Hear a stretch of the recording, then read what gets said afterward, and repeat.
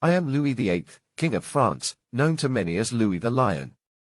The year is 1223, and I have ascended to the throne, stepping into the shoes of my revered father, Philip Augustus.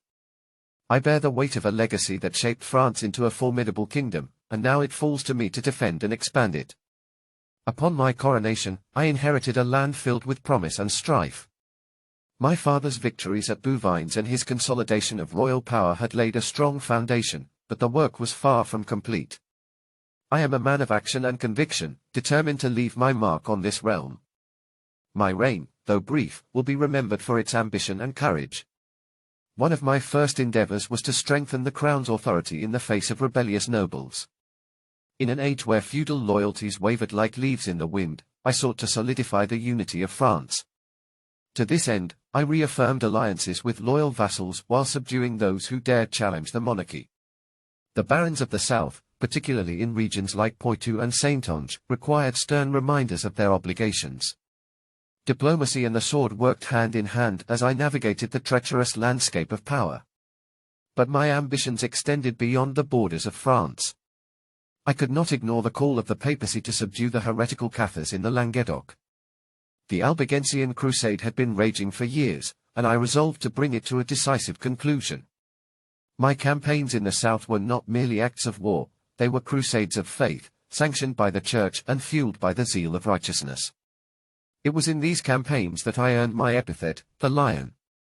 My forces advanced into Languedoc with determination, capturing fortresses and bringing the rebellious territories under royal control.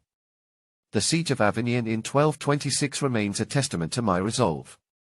Though it tested my soldiers and strained our resources, we triumphed, and the city's fall symbolized the crown's might. I also harbored a dream of reclaiming lands in England. My earlier efforts as a prince, supported by the Barons' rebellion against King John, had left an indelible mark on my vision. Though I failed to secure the English crown, I remain proud of the courage and determination we displayed in that campaign. Even as king, the desire to challenge England's claims on French soil burned brightly within me. At the heart of my reign was a commitment to justice. Inspired by my father's reforms, I sought to strengthen the legal systems of France. Royal courts became instruments of fairness, extending the reach of the crown into the lives of the people. I believed in a kingdom where even the humblest peasant could seek justice under the king's name. However, my health often reminded me of my mortality. In the summer of 1226, I fell gravely ill during my campaign against the heretics in the south.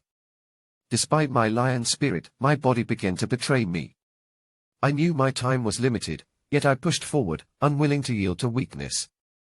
I thought of my sons, particularly my eldest, Louis, who would one day inherit this realm. I prayed he would continue the work I had begun and lead France into an era of strength and unity. On November 8, 1226, I took my final breath, leaving behind a kingdom that had felt the weight of my vision and determination. Though my reign lasted but 3 years, I am proud of what I achieved.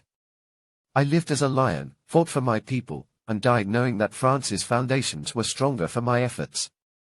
My spirit endures in the crown and the courage of those who came after me.